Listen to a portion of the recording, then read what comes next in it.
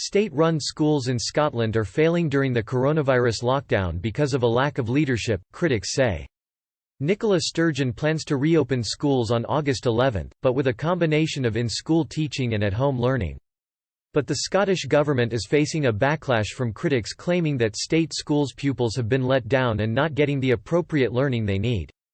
They claim many private schools have continued to give lessons in core subjects including maths and English, but state-run schools have relied heavily on handouts with little interaction with students.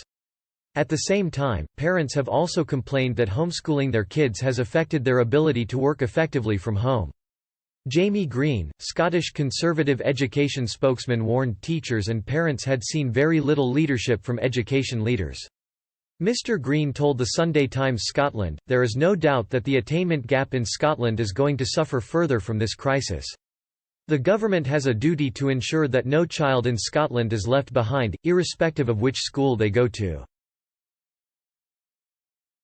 Eileen Pryor, Executive Director of Connect, previously the Scottish Parent-Teacher Council, added, "Some have had literally zero contact with the schools, while others are being overwhelmed by the quantity of material they are bombarded with. We have to assume things will not return to normal soon, and that there is a need to deliver the best learning plan for our children, to avoid them being left behind." Ms. Sturgeon said the government is still working on ways to mitigate the challenges some parents will face when at-home learning becomes a key part of the reopening of schools. Asked how that will work for parents who cannot do their job at home, such as NHS workers, the First Minister said the government wants to increase the number of spaces available at childcare hubs, which are currently offered to the children of key workers and the most vulnerable youngsters.